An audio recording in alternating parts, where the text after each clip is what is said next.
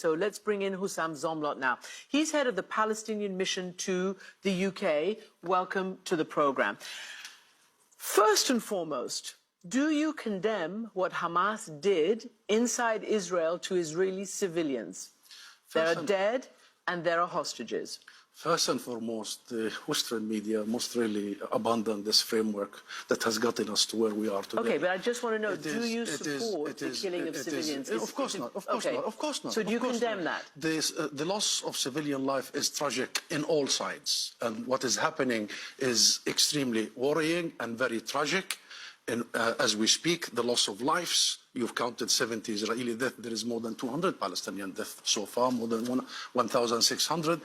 Entire residential compounds are being wiped out. This is a war crime committed by Israel. What is more tragic, or equally tragic, is the blindness and the deafness of the world and the international community for so many years, of the warnings we have been saying that this was coming. Israel knew that this was coming their way.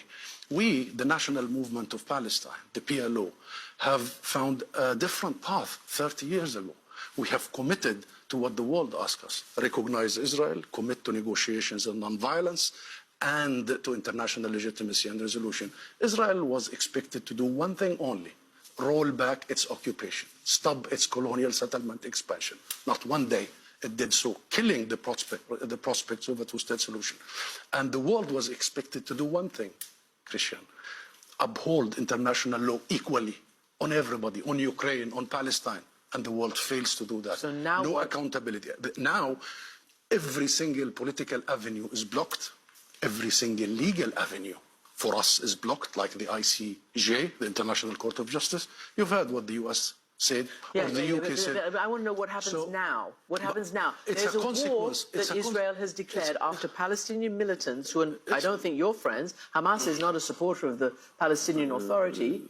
There's a war. And as you say, there's going to be a massive escalation. There is a war. You see, we're having this conversation because Israelis have seen what they have seen today. But my people see this every day, every single day. Palestinians are targeted, killed, arrested, surrounded. Their land is confiscated. Their holy places are desecrated. Not only Muslims, but Christians. You have been following what is happening in the Al-Aqsa Mosque and in our Christian churches, the spitting on Christian worshippers.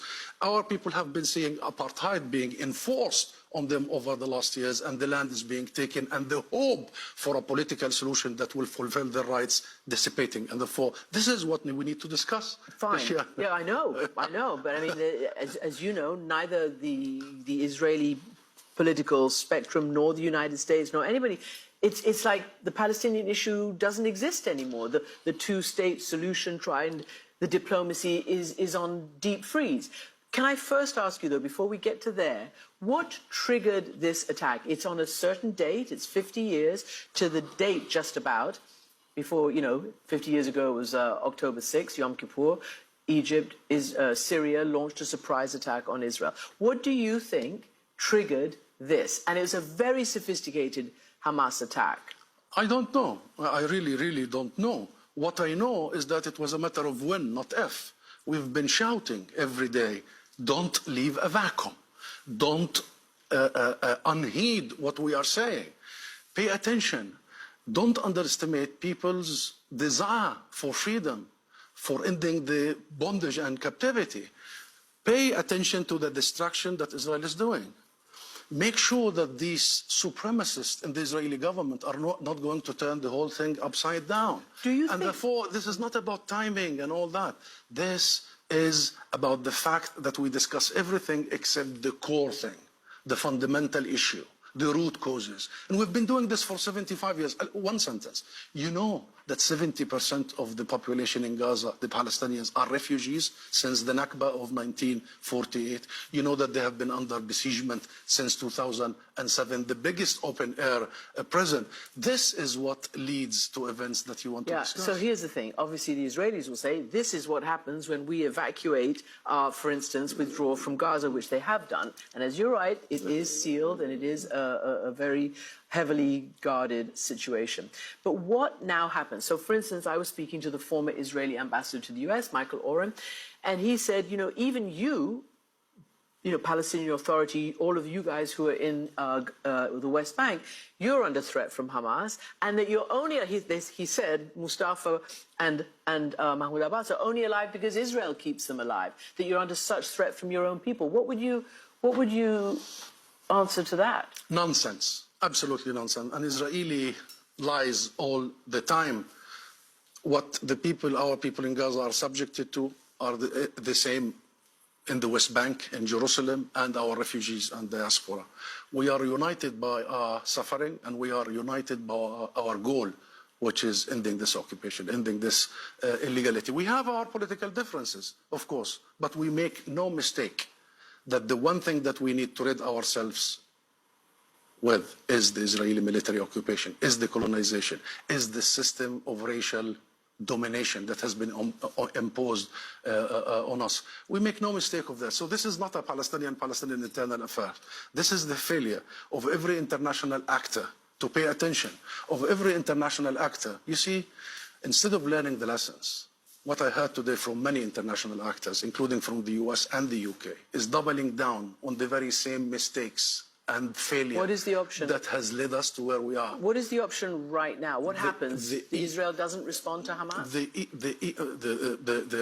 The alternative is statesmanship, is courage, the equal application of international law. We are not lesser of human beings.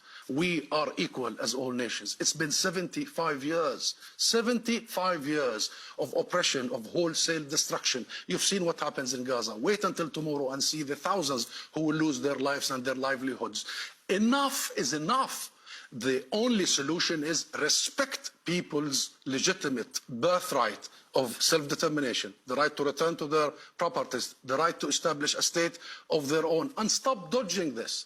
Stop finding, detours around it. There is no such a thing as detour. Peace can only be struck with us, the Palestinians, not with anyone else. Because Israel is in odds with us, because Israel has taken our land, because Israel is subjecting us and oppressing us, not anybody else. And bravery from the international community requires the equal application of international law. Israel, as an occupying power, has a full responsibility to protect the civilians under its own occupation, right? This is international law.